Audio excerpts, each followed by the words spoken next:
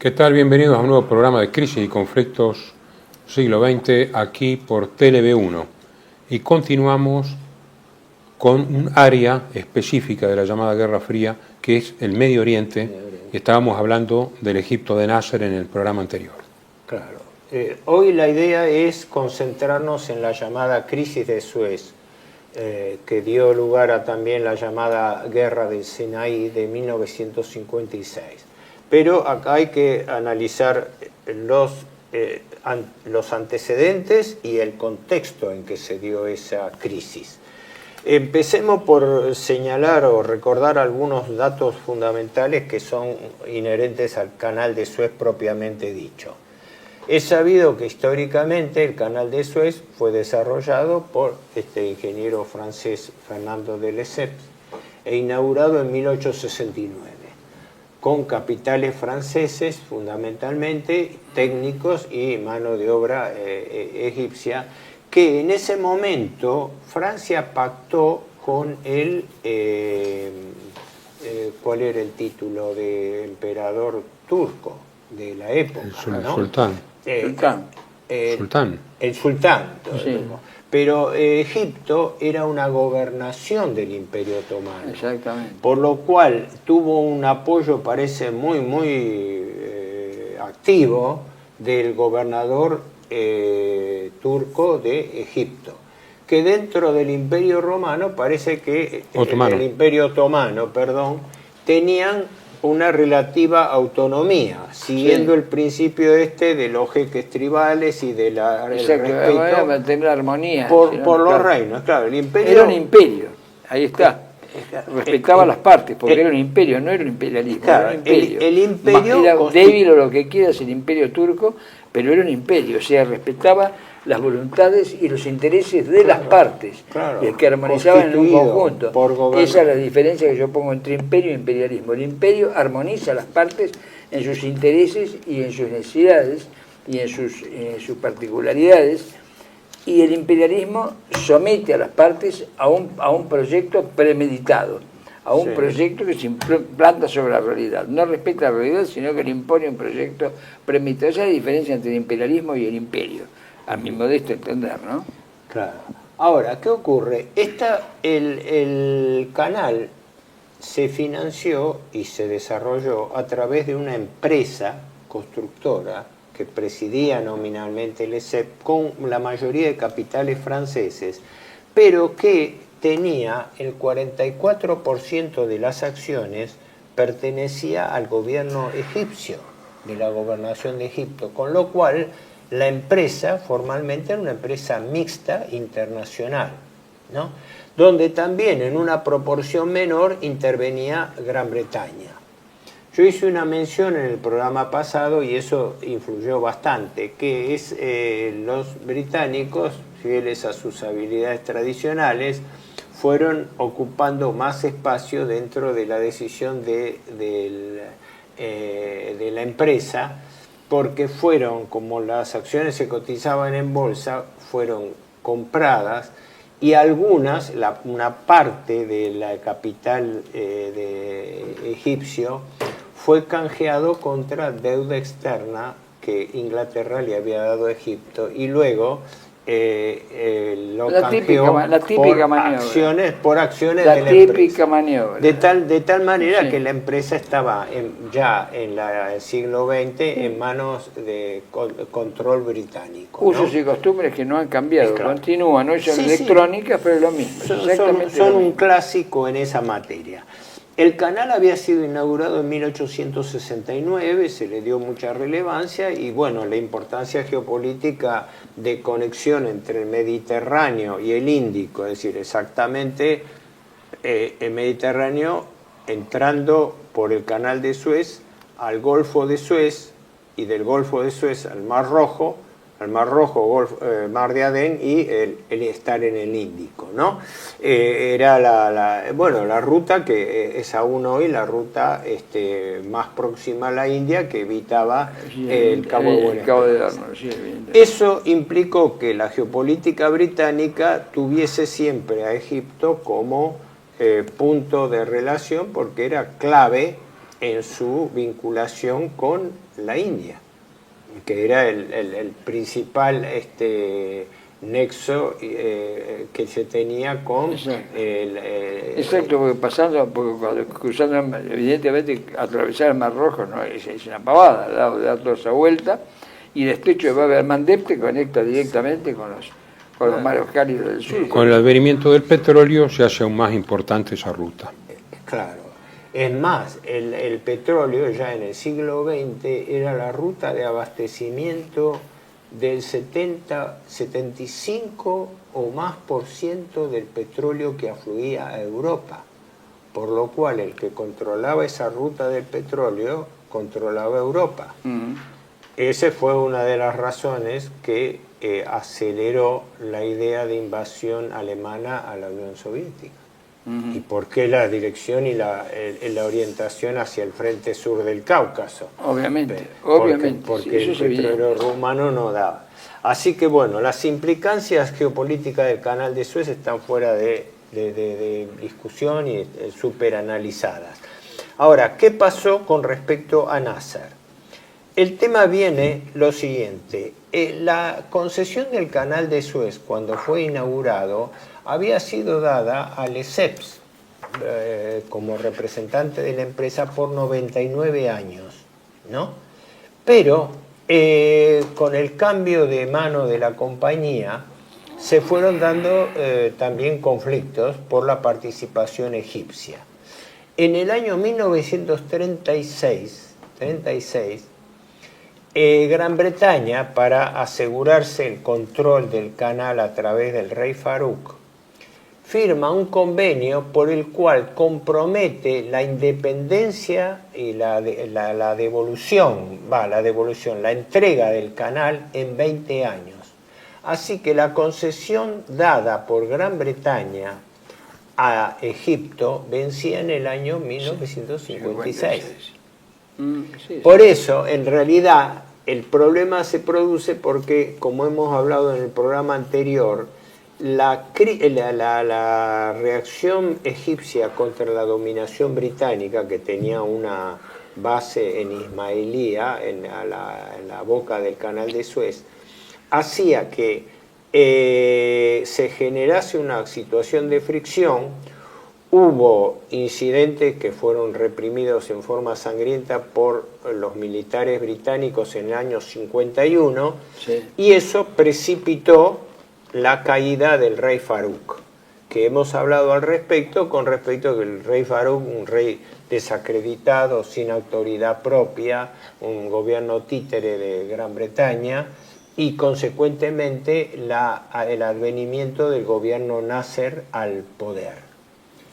Cuando Nasser asume, ya hereda el reclamo, porque el reclamo formalmente ya se lo habían hecho hacer al rey Farouk, ¿no? Después de la crisis de Ismailía, la reacción contra los británicos fue muy fuerte y consecuentemente hubo una presión muy fuerte sobre el rey Farouk para que haga advertencia del reclamo que tenía sobre el canal.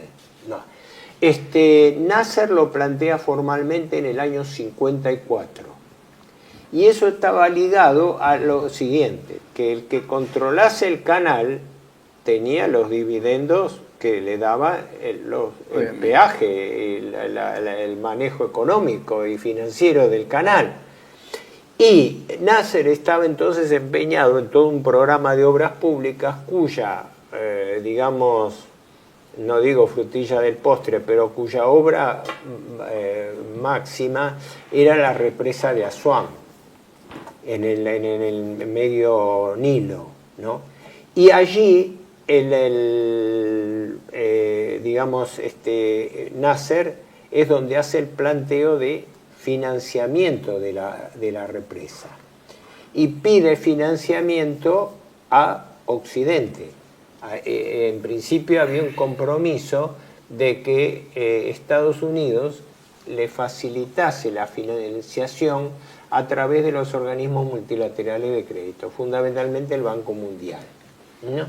Pero ¿qué ocurre? Como Nasser no era un hombre que dependía, como el rey Farouk, de directivas, entonces ahí se produce el problema de que le retasean el financiamiento de la aduana.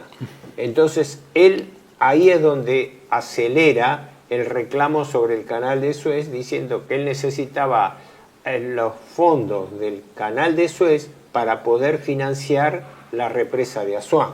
Y por otra parte era un derecho legítimo que nadie le negaba, ni a nivel de Naciones Unidas. Que el reclamo se haya producido en 54 no estaba. De hecho, sí. De hecho, él proclama en mayo de 1956, proclama la nacionalización del canal. Sí. No, que era muy amigo de Estados Unidos al principio, Nasser, sí, pero sí, muy amigo de Estados Unidos cuando cambia de Truman a Eisenhower. Bien visto por Eisenhower. El diplomático norteamericano Miles Copeland, en realidad agente importante de la CIA, fue nombrado consejero de Nasser a instancia de su jefe, Dulles, y durante muchos años ocupó un gabinete junto al de Nasser. Tan es así que los norteamericanos trataron de incluir a Egipto en un pacto militar dirigido contra la Unión Soviética, claro. Pero ya Nasser había tomado partido por Tito, Nehru, Sukarno, etc. Claro, entonces, al negarse Nasser a suscribir el tratado, le retiran la financiación de Asuán y la provisión de armamento, que eso es lo que lo va a perjudicar en la guerra del Sinaí. Sí. Exacto, porque, exactamente esa variante no la conocía sobre pero las relaciones de Egipto con Estados Unidos, y sobre todo bajo Eisenhower fundamentalmente, fueron buenas porque la principal preocupación de Eisenhower era contener la penetración soviética en el Medio Oriente, que se le estaba ya resquebrajando. Primero había sido en Irán por la nacionalización del petróleo hecha por Mossadegh en 1951. Mossadegh no era prosoviético. ¿Cómo? Mossadegh no era, pero el nacionalismo que le iba quitando área de control a Estados Unidos. Sí, por supuesto. ¿No? Después, como hemos visto, el partido Ba'athista o Basismo en Siria e Irak. En Siria con más proclive a la alianza soviética que Irak, pero donde también en el año 58 después se produce ¿cuándo es que se produce? En el año 58, que se produce la revolución en Irak, que matan al rey Faisal I y asume 57. Al-Qasem. Fin en el 57. Al-Qasem, por eso, la mano no le venía bien controlada. No. Disponía así de su cabeza de puente tradicional en Medio Oriente, Israel, ¿no? Pero las relaciones con Egipcio eran buenas. La crisis se produce entonces porque hay un factor, un detalle no menor. El año 56 era año de elecciones en Estados Unidos. En noviembre, Eisenhower aspiraba a la reelección y consecuentemente no quería tener problema relevante en ningún área del mundo vulnerable para que, como quien dice, no se le complique la política internacional en plena campaña electoral. Lo que hace fundamentalmente entonces, para redondear la idea de Nasser reclama primero anticipadamente la entrega del canal de Suez y después espera los términos y en mayo del año 56 nacionaliza el canal. Ahora, ¿qué ocurre? Todo se da en un brevísimo periodo de tiempo que va entre mayo y noviembre del 56. ¿Por qué? Porque Nasser no estaba preparado militarmente para una confrontación. Él estaba fuerte en su postura política, pero vos mismo lo estabas comentando recién.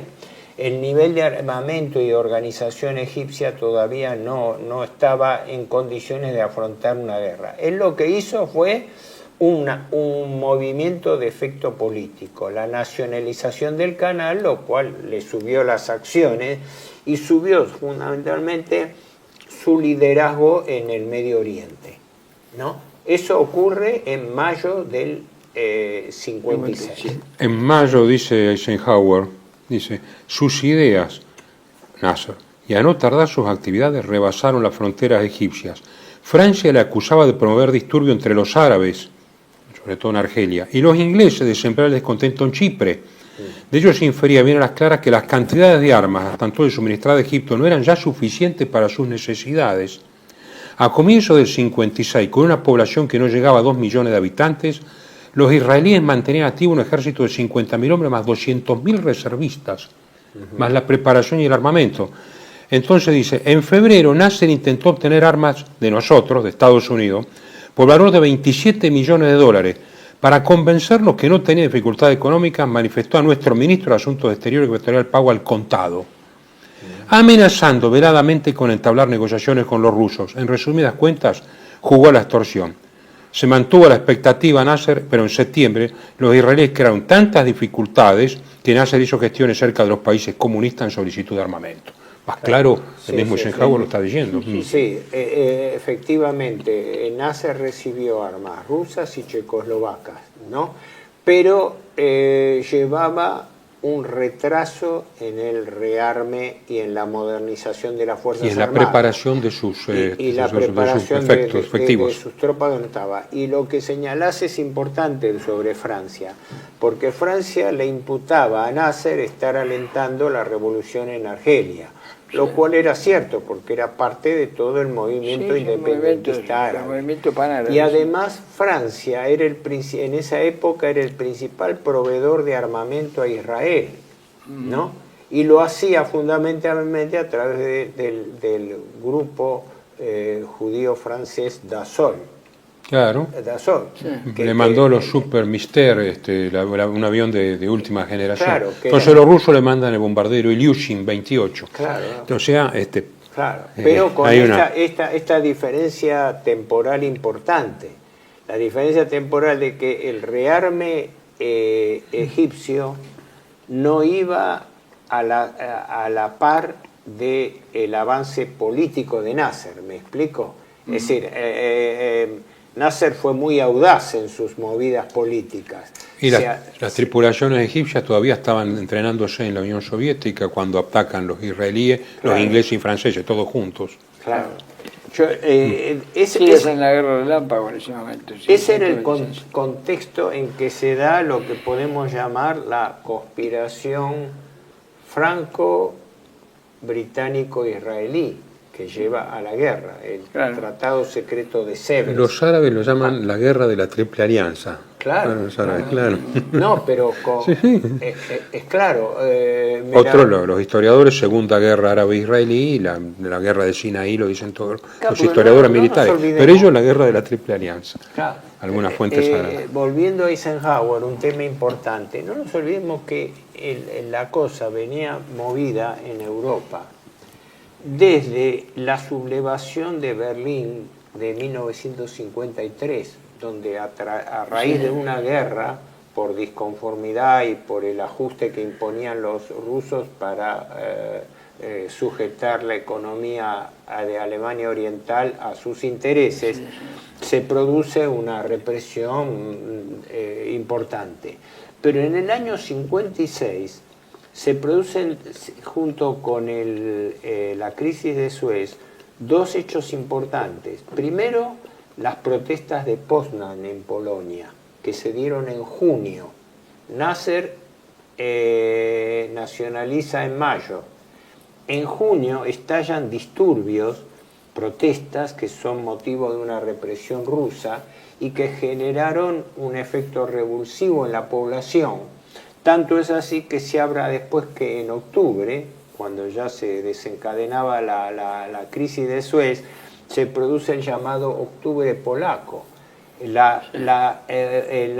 amago de liberación cuando es reemplazado Rákosi, creo que estaba al frente, por Gomulka. Que Gomulka en ese momento era la expresión del comunismo moderado en Polonia después de la revuelta. Y en octubre estalla la Revolución Húngara, que la Revolución Húngara se da simultáneamente con la crisis de Suez. Estalla el 23 de noviembre y los rusos invaden el 4 de noviembre, dije mal, el 23 de octubre está ya. Los rusos invaden el 4 de noviembre y la intervención termina, pone orden manu militare el 10 de diciembre. Justamente el 10 de diciembre es cuando las Naciones Unidas imponen el cese de fuego en el Medio Oriente. No sé si tenemos tiempo o lo hablamos en el próximo bloque sobre cómo fue que se desencadena la crisis en octubre, ¿no? No sé cómo andamos de tiempo. Si no, lo único que agrego es lo siguiente. Agrega eso y pasamos al otro bloque. No, es breve. Este afianzamiento político de Nasser se daba, como hemos dicho, paralelamente a su hegemonía en el Medio Oriente.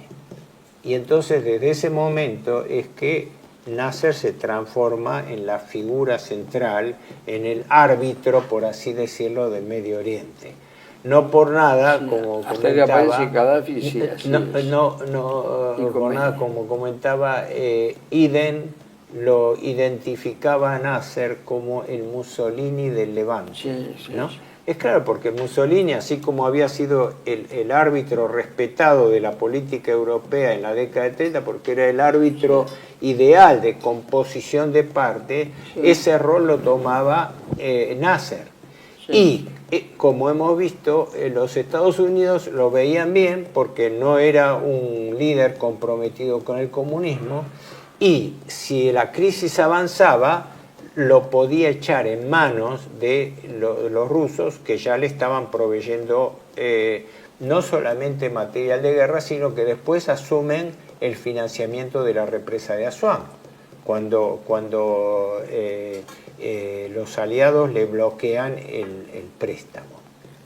Bueno, vamos al otro bloque. Vamos al otro bloque. Residencia como en casa, siempre contigo. Es un hogar habilitado en la ciudad de Buenos Aires con más de 30 años de experiencia en el cuidado de adultos mayores. Ubicada en el barrio de Villa Real, en pasaje Francisco Bauzá 2372, casi esquina Tinogasta. Ofrecemos atención personalizada y un ambiente cálido para nuestros abuelos. Contamos con habitaciones premium, con baño privado y TV por cable, menú supervisado por nutricionista, cocina de primera calidad, jardín terraza para el esparcimiento y conectividad para videollamadas y llamadas telefónicas. Además, ofrecemos servicios opcionales como peluquería personalizada y confección de ropa a medida. Comunicate al 11 50 35 15 25. En Como en Casa, el bienestar y la comodidad de nuestros adultos mayores es nuestra prioridad. Los esperamos. Bienvenidos a CEPA, Centro de Estudios del Pensamiento Americano. Nuevo sitio web de cursos de formación en política, filosofía, historia, literatura, geopolítica, religión, psicología y más. Cursos de formación que reflejan el verdadero pensamiento americano. Lo invitamos a elegir el curso de su agrado ingresando en www.cepa.la.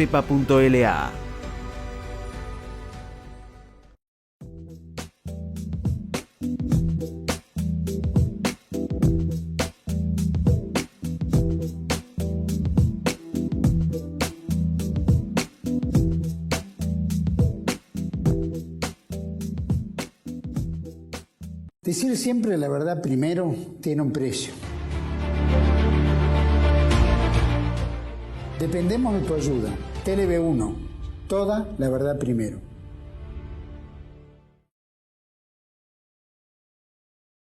Bueno, continuemos. Y un panorama así de cómo no se podía forjar realmente una unidad panárabe, y más ante enemigos tan poderosos, es por ejemplo el comportamiento de Jordania. Estaba muy unida a Inglaterra, Jordania. Tan es así que el 2 de marzo del 56, Rey Hussein destituyó de repente al forjador y el comandante en jefe de la Legión Árabe, el general Gluck Pasha. Sí, exactamente. Que era británico. Que era británico y mandaba a la Legión Árabe, y es el que formó el ejército de Jordania. Claro. Esa es la realidad. Al destituirlo. El ejército de Jordania tiene un núcleo, un carozo. El carozo es la Legión Árabe, que era la de Lorenz, que pasa después al Gluck Pasha. La idea de Lorenz, por eso siempre todo termina en 1922, cuando hice esta división arbitraria. Arbitraria primero porque el país que asume la responsabilidad de estas cosas se retira abruptamente y siempre le bastaron unos pocos atentados que le hicieran a su gente y se fueron, que es Gran Bretaña, como dijo Héctor, no cumplió con su compromiso, se mandó a mudar, se fue, simplemente se fue, y dejó esto y soltó la mano a todo esto. Esto tiene origen en eso, y eso durante la guerra se intentó, por eso hubo intentos tanto en la India como en los países árabes, de unificar para armar una gran revolución árabe, que no llegó, que en esa trabajaba el Gran Mufti de Jerusalén, trabajaba en eso el Gran Mufti de Jerusalén, y se llegaron a formar divisiones musulmanas, y además hindúes, como todos sabemos, en Alemania, ¿no es cierto? Y con esta intención, con la intención de dar la libertad, porque ¿qué se buscaba? Es decir, los intereses no eran los mismos. Los intereses de Gran Bretaña eran ciertamente económicos y geopolíticos. Los intereses de Estados Unidos, que es el actor que aparece cuando Gran Bretaña se va, aparece un nuevo actor, que son los Estados Unidos, que hasta ese momento no habían intervenido, porque estaban ligados por intereses, ¿cómo se llama?, económicos a los que gobernaban el Estado de Israel. Entonces, la aparición de ese Estado y el sostenimiento con los Estados Unidos tiene una coherencia en cuanto al retiro de Gran Bretaña. Y Francia, de hecho, porque a Francia la echaron, se tuvo que ir. Hussein lo destituye a Gluck Se tuvo que ir de Argelia.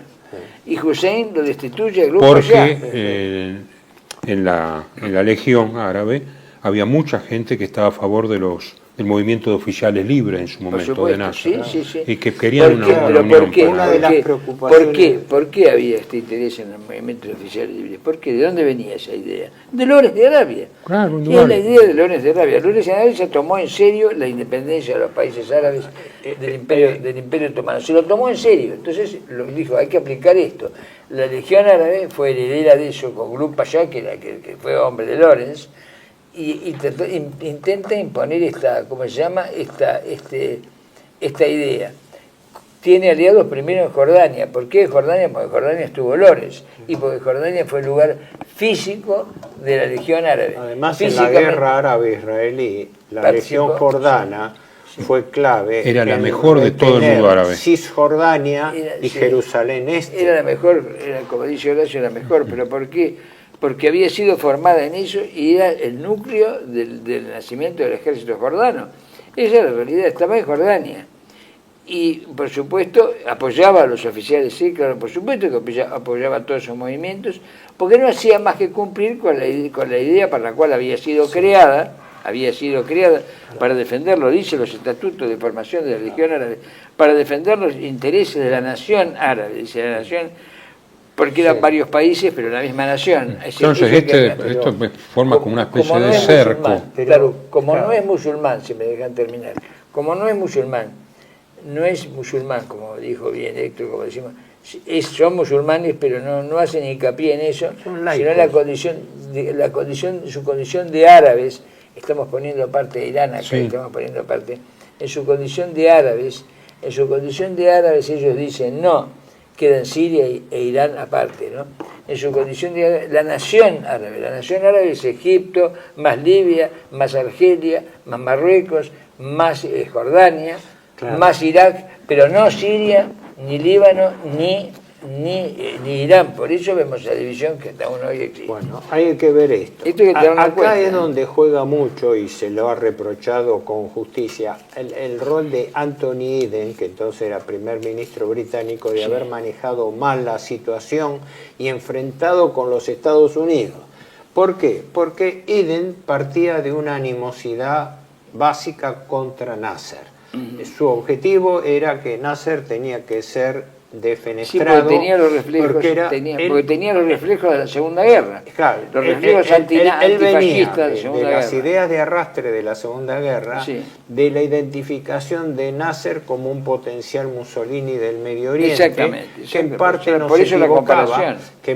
se equivocaba, porque él fue uno de los que formuló la teoría del dominó en el Levante, diciendo que si se le dejaba impune la nacionalización del canal de Suez que había hecho Nasser, era el caballo de batalla de él, después iban a tener que ir cediendo punto por punto. Por eso se llamaba dominó, te domino yo, con este dominó te domino yo. Entonces tenía que ser motivo de una operación castigo. Entonces ahí, dada el empecinamiento de Eden de castigar a Nasser, de dar un golpe aleccionador como diciendo, esperen, bueno, como pasó desgraciadamente también el caso de la Argentina con Malvinas, ¿no?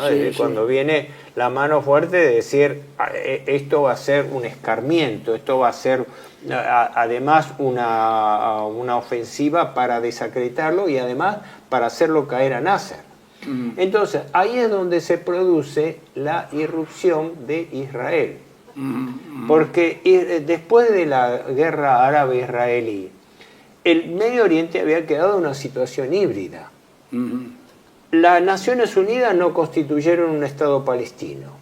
Los refugiados palestinos no pudieron ser absorbidos en los países árabes y empezaron a crecer demográficamente, generando problemas. Empezando por el que recogió más refugiados, que es Jordania, y en Cisjordania, que después ocupó Israel. Por otro lado, tenían el problema de que las reivindicaciones que se estaban dando y que estaban conteniendo, como en Irán y otros más, se les iban a escapar de las manos. Entonces, ahí es donde irrumpe Israel por lo siguiente. La idea, llamémosle, imperial israelí, era su expansión en el Medio Oriente. Y el armisticio del año 49 fue un armisticio militar que dejó líneas de demarcación provisorias. Como todas las líneas de demarcación, volvemos a repetir por décima vez lo mismo, como todas las líneas de demarcación desde que cayó el Imperio Otomano. La nación árabe se fragmentó, pero además de fragmentarse, las líneas que las pusieron los vencedores de la Primera Guerra, pero que vencieron el Imperio Otomano, entonces pusieron Gran Bretaña y Francia, sobre todo Gran Bretaña. Francia dijo, a ver qué puedo llevarme yo, y le dijeron, toma Siria y Líbano, pero se lo dieron de premio consuelo. Pero ¿qué pasa? El que trazó esas fronteras es Gran Bretaña. Gran Bretaña montó el lío, y además puso la declaración Balfour y montó el Estado, montó las bases para el futuro Estado de Israel. Cuando eso llegó, Gran Bretaña sacó el lazo por la pata, como se dice acá en buen criollo, se sacó el lazo por la pata y se fue. Y le tiró el fardo ¿a quién? A los Estados Unidos de Norteamérica, que es el país que empieza a tener. Ordenemos las cosas porque cómo se produce y por qué la irrupción de Israel, que resulta ser el factor determinante de la crisis de Suez, aunque atribuida a Gran Bretaña. Israel había quedado en una situación híbrida. Terminó una guerra que venció, se apoderó de su terreno, pero su presencia formalmente era ilegal y hasta era condenada por Naciones Unidas. Exactamente. No había frontera definitiva, no se había constituido un Estado árabe, sí un Estado israelí. El Estado israelí seguía creciendo demográficamente y con fuerte apoyo tanto francés como también norteamericano, y en consecuencia creaba su propia presión de expansión. Y uno de los objetivos israelíes era ocupar el Sinaí, la península de Sinaí. En el sueño este, que hay que decirlo, que el sueño mesiánico va del Nilo hasta el Éufrates, hay que decirlo eso, pues así. Tomar Israel era tomar la orilla del canal de Suez y llegar al Nilo. Por eso el sueño de Gran Israel ya entonces todavía no se ha concretado, es parte de Egipto, el Sinaí, como se llama, Siria, Jordania, Líbano e Irak. O la mitad de Irak, por lo menos. Pero Eisenhower no estaba de acuerdo en apoyar a Israel en este momento. Claro, ahí viene el problema. Pero déjenme terminar porque esto es importante, porque además fue motivo de un acuerdo secreto que después trascendió y se armó el escándalo. Claro. ¿Por qué? Porque resulta que entonces el personaje, el actor central, no era tanto Gran Bretaña con su teoría del escarmiento y el recupero de Suez, sino era el interés israelí de aprovechar ese incidente para expandirse sobre el Sinaí. Correcto, pero Gran Bretaña no apoyaba claro, eso. Entonces, ahí se da la paradoja que dice pensar que Gran Bretaña había puesto una serie de obstáculos durante la ocupación, el mandato británico israelí, y después termina aliado y cómplice. ¿Por qué? Porque no sé exactamente si fue en junio o en julio del año 56, se lleva a cabo en Francia una reunión secreta entre representantes de Israel, Francia y Gran Bretaña, en Sèvres, el mismo lugar donde es un suburbio de París, ¿no? Donde se había firmado el Tratado de Sèvres de Turquía, no confundir con eso. Esto se llamó y se llama el Protocolo Secreto de Sèvres, donde los tres países se ponen de acuerdo en una conspiración que se hizo a espaldas de Estados Unidos. Estados Unidos lo que se queja es de que no fue informada. Le pasaron por encima. El tema tenía tres pasos. Israel iba a invadir sorpresivamente Egipto por el lado del Sinaí con el argumento real de que Egipto le había bloqueado el estrecho de Tirán. Sí. Si nos fijamos geográficamente, la península de Sinaí triangular tiene del lado occidental el Golfo de Suez, donde desemboca el canal, y del lado oriental el Golfo de Aqaba. Exactamente. Donde está el puerto de Eilat. Le dificultaba el acceso a Eilat. Y en la ciudad de Aqaba. El pueblo de la ciudad, hay otras, pero el puerto central creo que es Eilat. O Eilat. Se ve de arriba de la montaña, se ve allá abajo. Ahora, el Golfo de Suez, el Golfo, digo, de Aqaba, se estrecha al sur antes de salir al Mar Rojo, entre la costa arábiga y la costa de la península, en el estrecho de Tirán, donde hay dos minúsculas islas que son la ruta de navegación. Exactamente. Como la guerra no había sido motivo de un tratado de paz, Egipto retuvo el control del estrecho de Tirán, por lo cual no dejaba pasar navegación israelí. Y los judíos querían tener el control para abastecimiento y salida al Mar Rojo. Exactamente. ¿No? Entonces, el objetivo de Israel era ocupar Sinaí, ocupar entonces la ribera del Golfo de Aqaba y abrir la ruta del Mar Rojo. Ese era el objetivo geopolítico y estratégico de Israel. Exactamente. Entonces, le venía oportuno el reclamo de Suez porque le daba una excusa para intervenir. Para mojar el pancito. La excusa era liberar el estrecho de Tirán. Ese fue el argumento oficial. Israel interviene, pero el motivo era, por eso invade también la Franja de Gaza, que la ocupa transitoriamente. Entonces, ese protocolo secreto de Sèvres consistía en un plan considerado sumamente hipócrita, en el cual Israel iba a invadir Sinaí por sorpresa, con ayuda de aviación y blindados, fundamentalmente material provisto por Francia en ese momento. Y iba a llegar hasta el límite del canal de Suez. Ese era el primer paso, invasión israelí.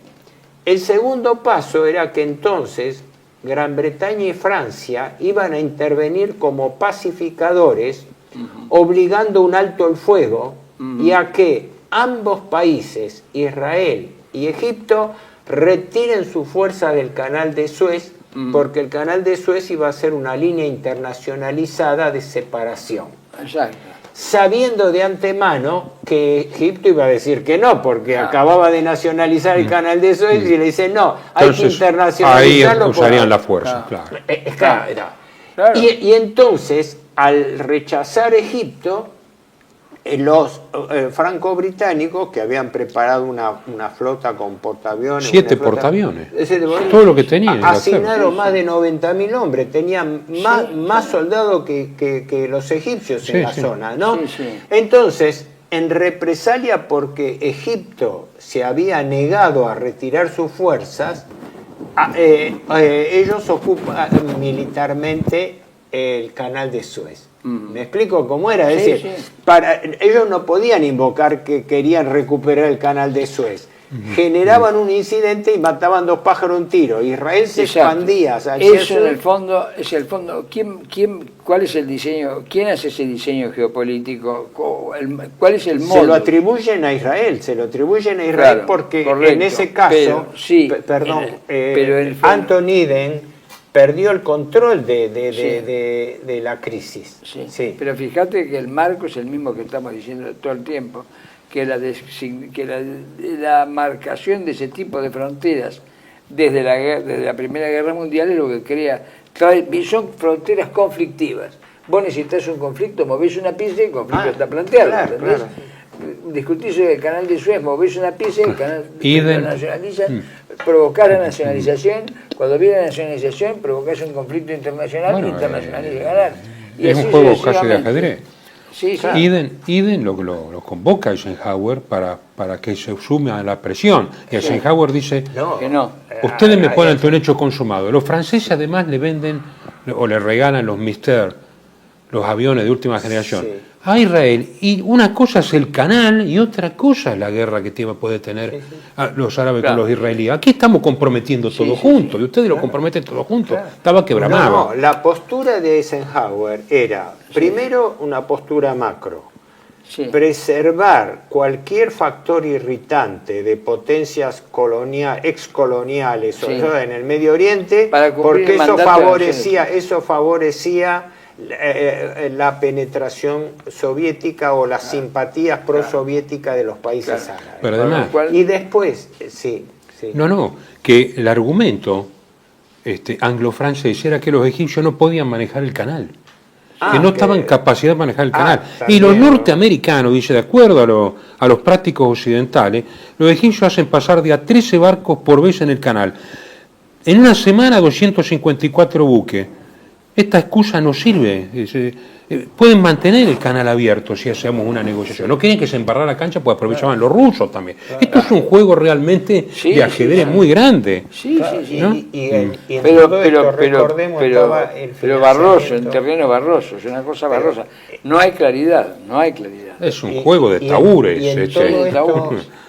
Recordemos que ya lo hemos hablado, que estaba en juego el financiamiento de la represa de Asuán, porque con la represa de Asuán Egipto, Nasser, lo necesitaba para todo su programa de desarrollo industrial, porque es la ecuación geopolítica entre energía e industria.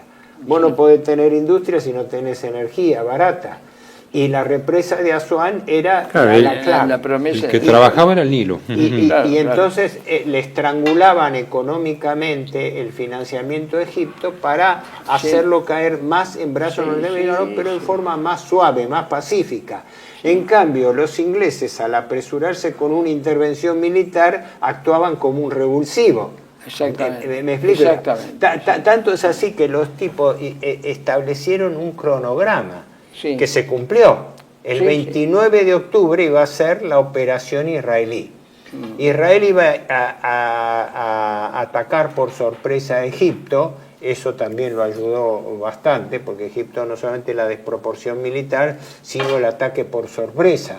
En un momento en que Egipto estaba preparado en el ángulo norte, con la previsión de toda la flota que movilizó, la flota anglo-francesa, estaba constituida por las principales unidades. Por ejemplo, Francia reunió las principales unidades con experiencia de combate en Indochina. Sí, la estrategia era muy clara. La estrategia era muy clara, que Egipto se rindiera sin combatir en lo posible. Y los británicos con paracaidistas que tuvieron un desempeño efectivo. Claro, entonces, la estrategia era esa. Mientras la atención de Nasser estaba desplegada con respecto a la ofensiva del norte, desde el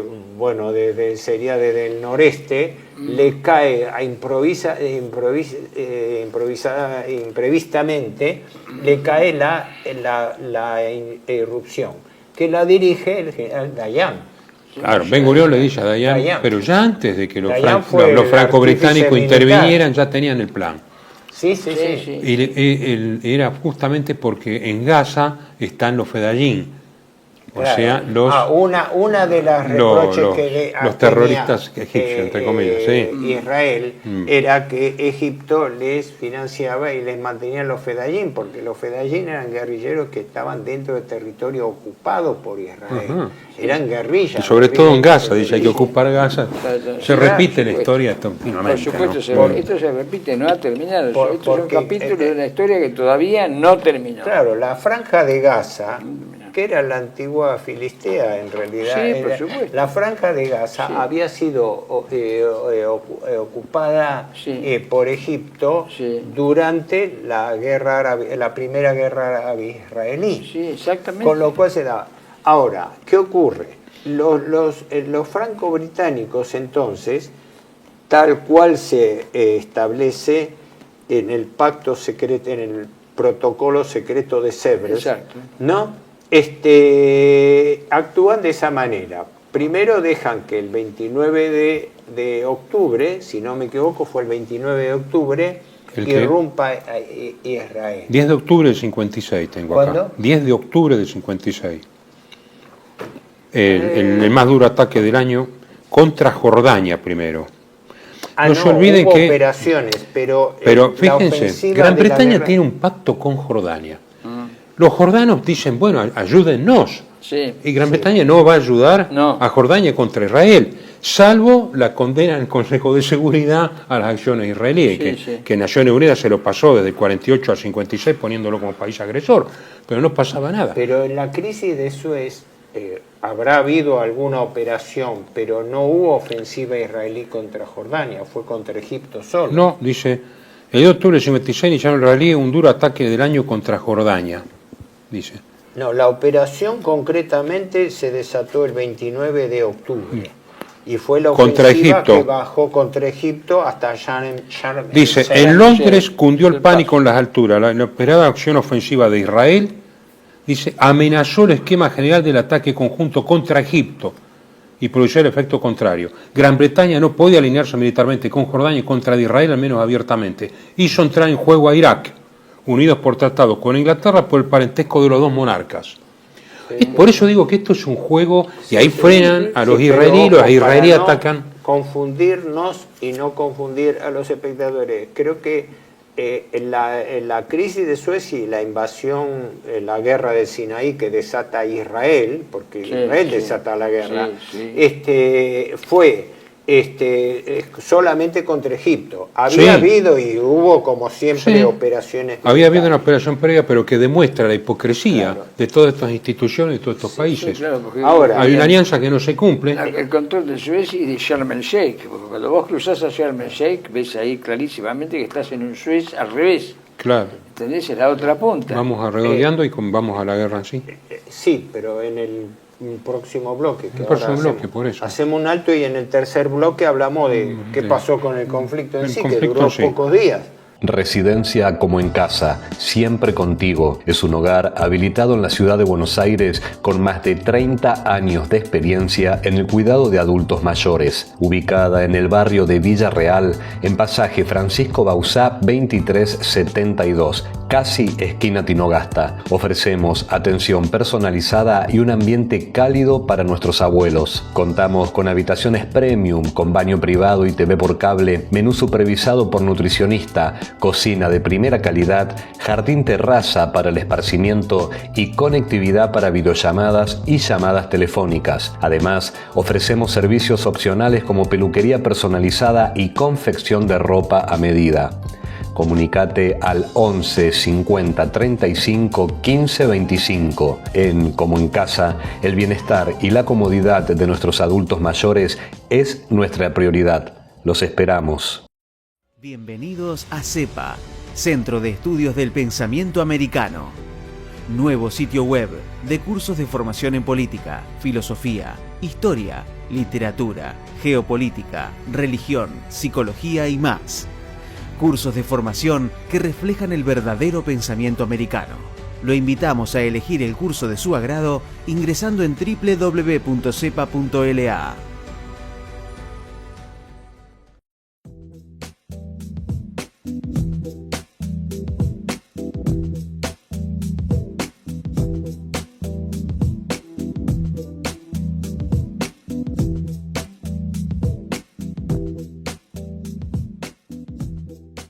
Decir siempre la verdad primero tiene un precio. Dependemos de tu ayuda. TLB1.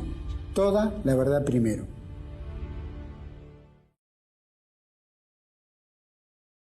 Continuamos entonces con la guerra del Sinaí. Ahora todavía no empezó la guerra.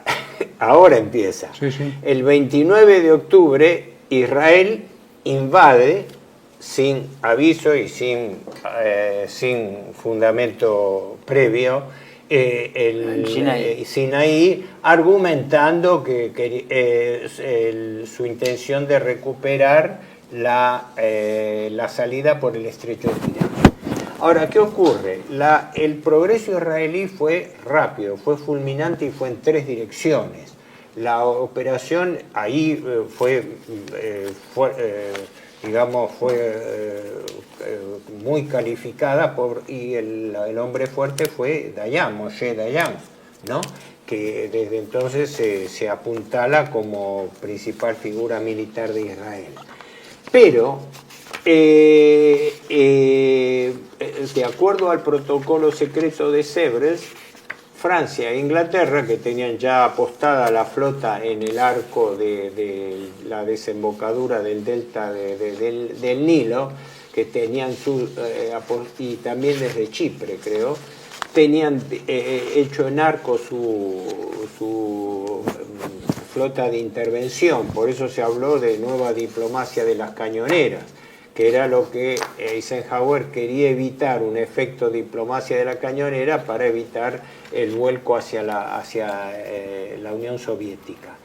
Entonces, fiel a lo que habían establecido, Francia e Inglaterra declaran entonces... Claro, pero la Unión Soviética era el cuco del momento. Claro, era el cuco del momento porque ya no estaba Stalin, ¿no? Stalin hacía 3 años y medio que ya estaba muerto. No. Ya estaba Khrushchev. No, pero ya era otro Unión Soviética. Por un doble motivo tenía interés. Primero, por la presión de Eisenhower, porque Estados Unidos estaba armando sus sistemas de alianzas para ir creando un cordón atrás. Entonces, había hecho la Shentol en el Medio Oriente, como la SEATO en el Extremo Oriente, en América con el TIAR, etcétera. Estaba generando, ni hablar la OTAN, ¿no? Bueno.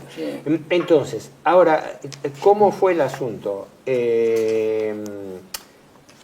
Producida la invasión israelí, viene el segundo paso del plan franco-británico.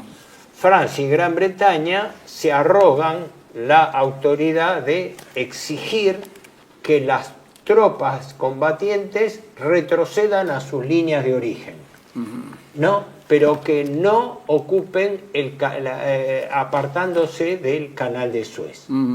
A lo cual Nasser se niega, porque era una trampa, era una excusa para que Egipto retirara su control del canal de Suez. Y entonces se produce el ataque contra Port Said, el puerto al norte de la desembocadura de Suez. En realidad el ataque fue por Said, pero el desembarco fue en Ismailía, que queda a unos 20 kilómetros de Suez. Los británicos no llegaron a Suez. Hicieron el operativo, atacaron por Said y todo. ¿Y Fuad? ¿Cómo? Y Fuad. Bursaid, como dicen los egipcios, Bursaid y Ismailía. Sí, ahora, hicieron un progreso rápido porque la efectividad, se dice, de los paracaidistas británicos... Y franceses, los parás franceses que eran el cuerpo de élite. Claro, ahora, ¿se vieron fotos de Port Said cómo quedó con los bombardeos de los Canberra? Parece una ciudad alemana del 45. Sí.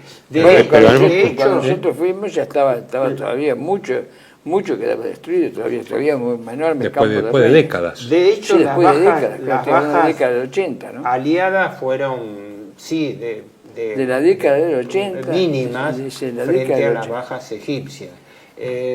No sé, no hay un conteo exacto, pero si no me equivoco, creo que las bajas que tuvo Egipto fueron de entre 2.000, 2.500 personas, de los cuales 1.000 y pico eran civiles, producto del bombardeo sobre ciudades, sobre Fuad, sobre varios lugares. Y Ismailia.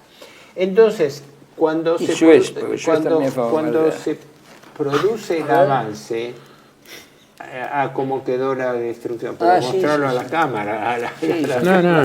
Una foto, parece un barrio de Stalingrado. Ponela más adelante para que se vea. Ya vimos, el golpe fue contundente y el avance franco-británico hubiera cumplido su objetivo de llegar a Suez. Sí. Pero ¿qué ocurre? Cuando las tropas británicas estaban a 20 kilómetros de Suez, reciben la orden de detención, ¿no? Parece como la orden de detención de Hitler en Dunkerque, ¿no? Sí. Tenían ahí a mano, tanto así que dice que produjo desconcierto en las fuerzas británicas. ¿Por qué? Porque acá viene la otra historia. Rebobinemos, año 1946. Cuando termina la Segunda Guerra Mundial, la gente lo ignora, pero Inglaterra queda en bancarrota. No por casualidad, los ingleses, después de 6 años de ponderar a Winston Churchill, cuando llega la primera elección, votan a los laboristas. Claro. ¿No? Bueno, en ese momento Inglaterra entra en bancarrota y se produce todo un proceso muy complejo, de la cual también se benefició la Argentina. Inglaterra empieza incluso queda en bancarrota y empieza a vender inversiones en el exterior para tratar de fortalecer el déficit fiscal, que no lo podía aguantar. En esa época el salvataje se produce a través del Pacto Anglo-Norteamericano de 1946, por el cual se produce un cambio fundamental. La libra deja de ser moneda internacional inconvertible y se establece la obligatoriedad de que Inglaterra establezca una conversión libra-dólar, cosa que Inglaterra hasta ese momento no aceptaba. Estados Unidos le impone también, entre otras condiciones, que Inglaterra le abra el mercado a sus dominios, porque no se podía entrar en Canadá, en Sudáfrica, en Australia, sin pagar un arancel diferencial que no bajaba del 25%, como ahora Trump, que impone tarifa. Y además, Estados Unidos le concede préstamos a Inglaterra condicionados a esto y condicionados también a la toma de títulos públicos británicos. Bueno, queda duda después de esto que la primera década, que la primera mitad del siglo XX es la decadencia del Imperio Británico. Del imperio, estoy hablando del Imperio Británico, del imperialismo, perdón, hablemos claro, del imperialismo británico, y pasa a ser imperialismo norteamericano. Lo único que queda en pie, de ese mar de ruinas, queda en pie solamente una cosa: el poder financiero, que se acopla con esto y con el que se acopla con el quiero llegar. ¿Por qué se retira Inglaterra? Pero espera, ahí viene el tema. Ahí viene el llamado enojo de Eisenhower. 30 de octubre del 56 piden las Naciones Unidas. Eisenhower, que el alto el fuego, y se niega en Francia y Gran Bretaña. Entonces dice, muchacho... La voz dominante ahí fue una maniobra. Eisenhower se ofendió, lo descalificó a Eden terriblemente. Porque no le habían consultado nada. Tanto es así que llaman a través de quien entonces era canciller del Tesoro británico, Harold Macmillan, que después lo sucede como primer ministro, para avisarle que si no detienen la ofensiva, porque la política de Eisenhower había sido recomendar no embarcarse en una operación contra Nasser, y Inglaterra y Francia, e Israel, pero Israel no le dijeron nada, Inglaterra y Francia desafían a Nasser, desafían a Eisenhower. Entonces, ¿saben cuál fue la represalia de Eisenhower? ordenó a través del secretario de Tesoro a la Reserva Federal cerró la canilla, a que venda libras y títulos públicos británicos, bonos británicos que tenían en cartera. En buen criollo se llama cerrar la llave de paso. Le cerraron la llave de paso. O al revés, en ese caso abrirla, porque le tiró una avalancha de libras al mercado que le provocaron una caída de la cotización abrupta. Y le amenazaron una corrida. Es como si acá de golpe vienen y tiran una masa de tu propio dinero. Entonces, en 24 horas, Inglaterra tuvo que aceptar, por eso dice que hubo una llamada dramática de Macmillan, donde Macmillan le dice a Diden que de Washington lo habían llamado diciéndole que si no detenía inmediatamente la ofensiva de Suez, en Wall Street al día siguiente iban a liberar libras y títulos públicos británicos, con lo cual se iba a producir una corrida contra la libra imparable. ¿No? Eso es una vieja táctica que se aplica siempre, ¿no? Y entonces, ¿qué pasa? Instrumento Naciones Unidas se aprueba, creo que fue inmediatamente, porque la ofensiva fue hasta el día 4 y el alto el fuego se consolidó el 10. O sea que la guerra duró unos 10 días nada más. Y se obligaba, eso sí, a las fuerzas a retirar, al repliegue de fuerzas. Pero Nasser, ante la invasión, había hundido más de una veintena de barcos. 40, dice acá, casi 40 barcos. 40, sí, 35, 40. Con lo cual estaba bloqueado totalmente. Todo, que recién se abrieron a mediados del 57. A mediados del 57. Israel es obligado a replegarse. Pero Israel, como es tradicional, no cumplió con la directiva de Naciones Unidas, sino que la difirió para marzo siguiente.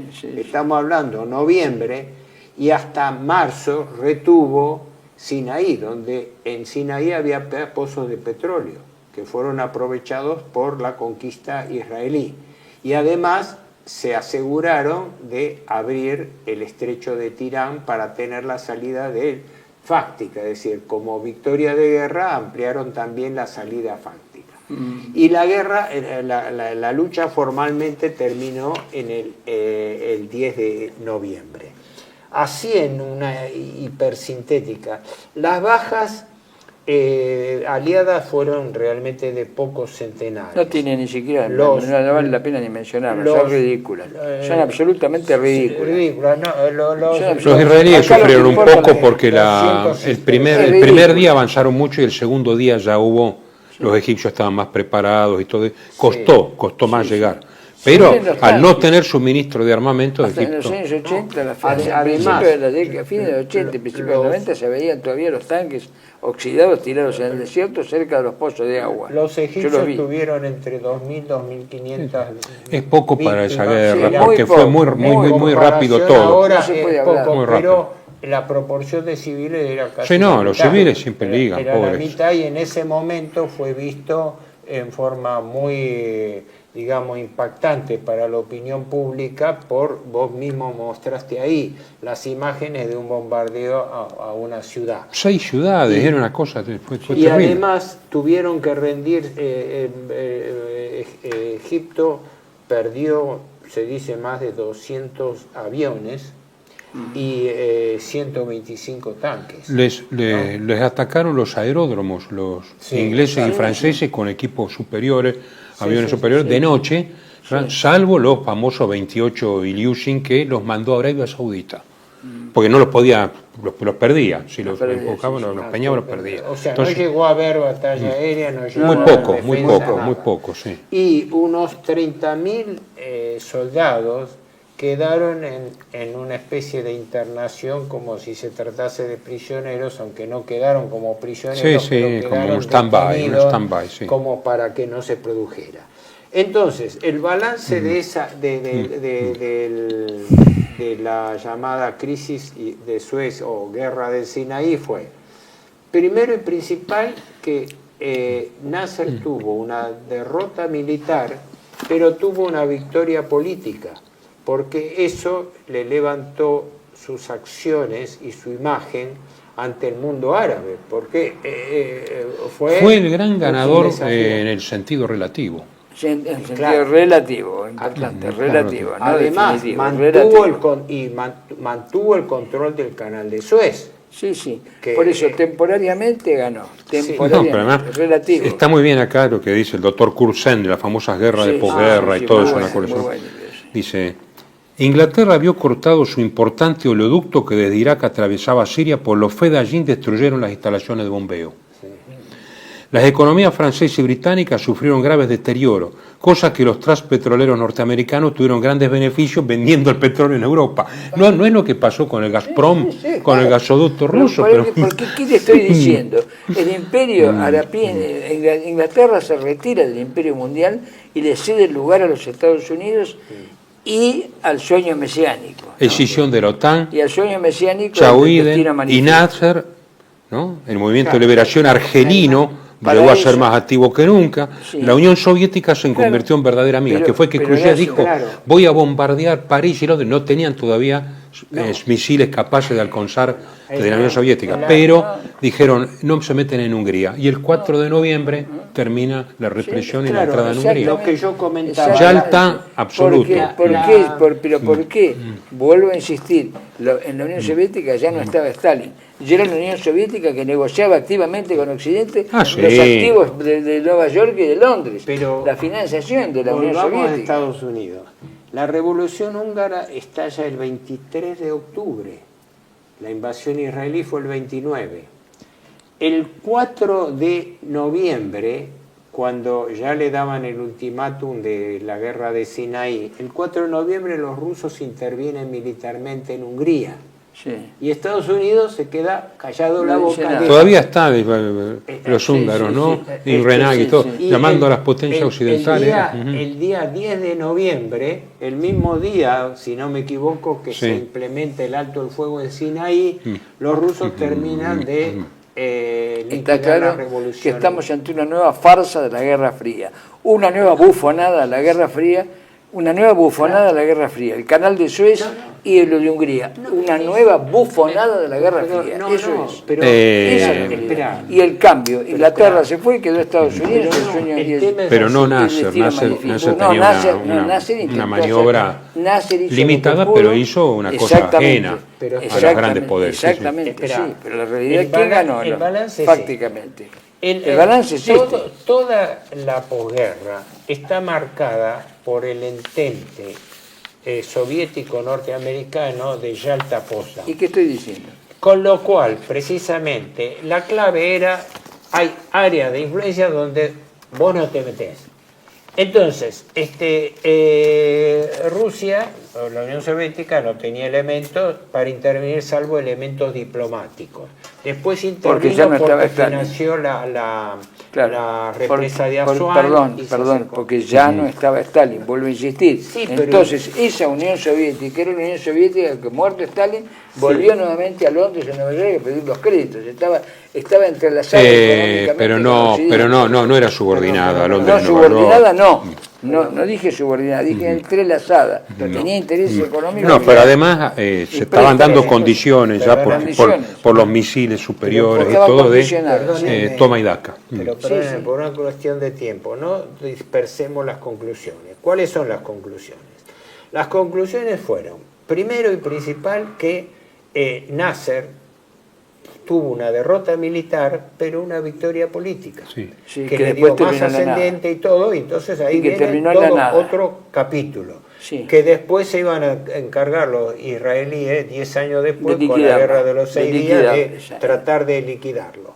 En segundo lugar, queda planteada la esfera de intereses entre que en la Unión Soviética, en el ámbito de lo que pasaba en Polonia, en Hungría, en Europa Oriental, los aliados no se metían.